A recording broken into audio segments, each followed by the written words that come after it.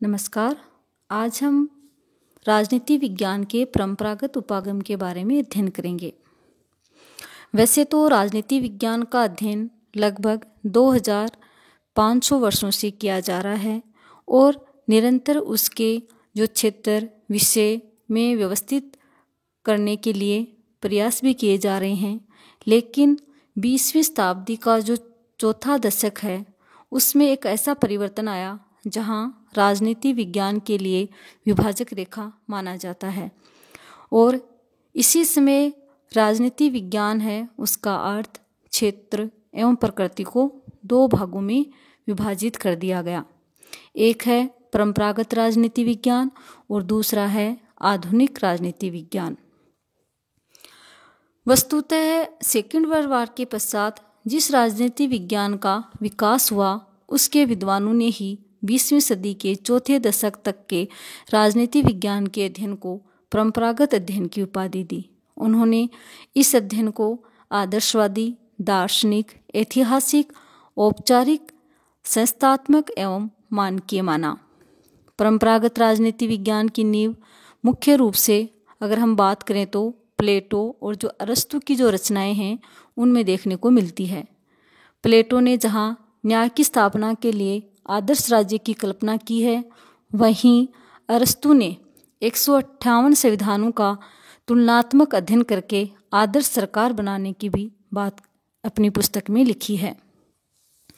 प्लेटो की जो दार्शनिक पद्धति एवं जो अरस्तु हैं उनकी आनुभविक जो पद्धति है उसके आधार पर भी राजनीति विज्ञान को अलग अलग ढंग से परिभाषित किया गया है। प्लेटो और अरस्तु दोनों जो कि गुरु और शिष्य का संबंध है, दोनों के चिंतन का भी राजनीति विज्ञान पर काफ़ी प्रभाव पड़ा है। उनके विचार आज भी राजनीति विज्ञान के लिए मूल्यवान हैं।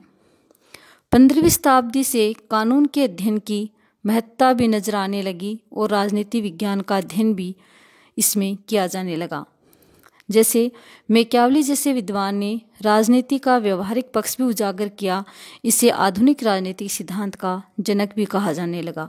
तो हम ये कह सकते हैं कि जैसे प्लेटो, अरस्तु, मैकियावली, मॉन्टेस्क्यू, बेजोड आदि जो विद्वान हैं इन्होंने न केवल राजनीति विज्ञान को एक व्यवस्थित अध्ययन के लिए सामग्री प्रदान की है बल्कि राजनीति विज्ञान में अपने अपने ढंग से अपने विचार भी दिए हैं। आज हम इसी कड़ी को आगे बढ़ाते हुए राजनीति विज्ञान का जो परंपरागत उपागम है उसके अर्थ को जानने का प्रयास करेंगे। हमने ये देखा कि जो परंपरागत विद्वान हैं उन्होंने राजनीति जो विज्ञान है उसकी जो परिभाषाएं हैं अपने अपने ढंग से दी हैं। जैसे परंपरागत विद्वानों की अगर मैं बात करूं तो उनमें गार्नर हैं, गुडनॉव हैं, गेरिस हैं, लॉर्ड एक्टन हैं इत्यादि। गार्नर के शब्दों में राजनीति विज्ञान के अध्ययन का आरंभ तथा अंत राज्य से होता है। वहीं लॉर्ड एक्टन हैं वो ये कहते हैं राजनीति विज्ञान का संबंध राज्य और उसके विकास की आवश्यक दशाओं से है।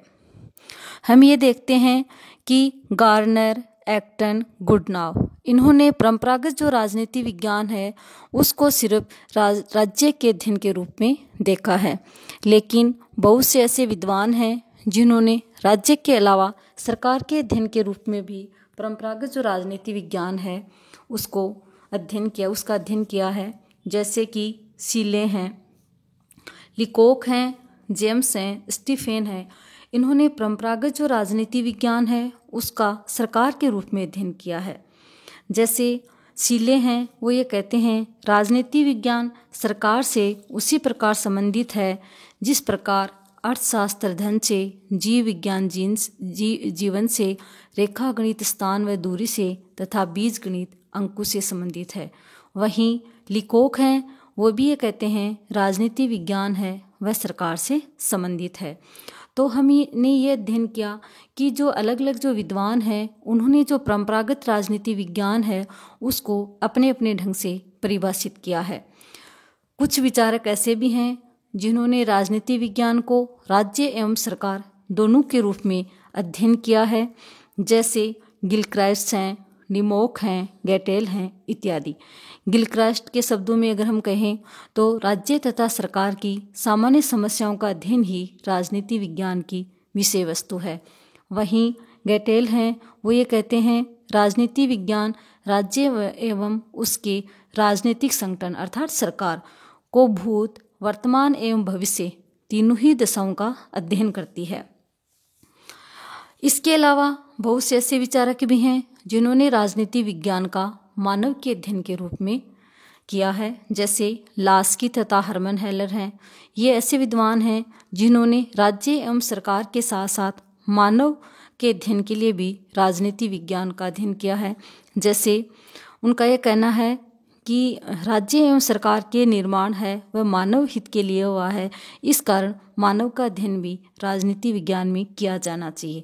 अगर हम लास्की की परिभाषा को देखें तो लास्की ये कहते हैं राजनीति शास्त्र संगठित राज्यों में मानव जीवन का अध्ययन है। वहीं हर्मन हेलर हैं, वो ये कहते हैं मानव से संबंधित सभी मूलभूत मान्यताओं के आधार पर ही राजनीति विज्ञान का स्वरूप निर्धारित होता है। तो हमने ये देखा कि जो भी परंपरागत विद्वान हैं उन्होंने राजनीति विज्ञान को राज्य के रूप में, सरकार के रूप में, राज्य और सरकार दोनों के अध्ययन के रूप में और मानव के अध्ययन के रूप में परिभाषित किया है। निष्कर्ष रूप में हम यही कह सकते हैं राजनीति विज्ञान वह विज्ञान है जिसमें राज्य, सरकार एवं मानवीय जीवन के राजनीतिक पक्ष का अध्ययन किया जाता है। इस प्रकार हमने ये देखा कि 20वीं शताब्दी का जो चौथा दशक है वह राजनीति विज्ञान में एक विभाजक रेखा माना जाता है और यहीं से शुरुआत होती है राजनीति विज्ञान की जो प्रकृति, अर्थ और क्षेत्र है उसको दो भागों में बांट दिया जाता है। एक परंपरागत राजनीति विज्ञान और दूसरी है आधुनिक राजनीति विज्ञान।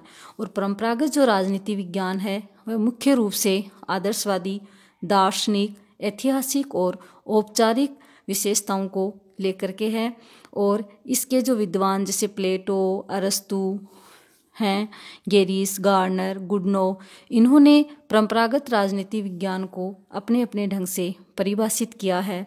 जैसे कि प्लेटो हैं, इन्होंने दार्शनिक जो पद्धति है उसका प्रयोग किया है जिसमें वे दार्शनिक राजा की बात करते हैं अपनी जो पुस्तक है रिपब्लिक उसमें। वहीं जो अरस्तु हैं उन्होंने आनुभविक पद्धति का जन्मदाता माना जाता है उनको। और इसके अलावा तुलनात्मक जो अध्ययन है इस पर भी उन्होंने बल दिया है और इसी के आधार पर उन्होंने अपनी जो पुस्तक है पॉलिटिक्स उसमें 158 जो संविधान हैं उनका उन्होंने अध्ययन किया है। तो हम ये कह सकते हैं कि जो परंपरागत जो राजनीति विज्ञान है उसके अध्ययन में मुख्य रूप से जो बल दिया जाता था वह राज्य का, सरकार का, राज्य और सरकार दोनों का, और इसके अलावा मनुष्य जीवन के अध्ययन पर ज़्यादा बल दिया जाता था। धन्यवाद।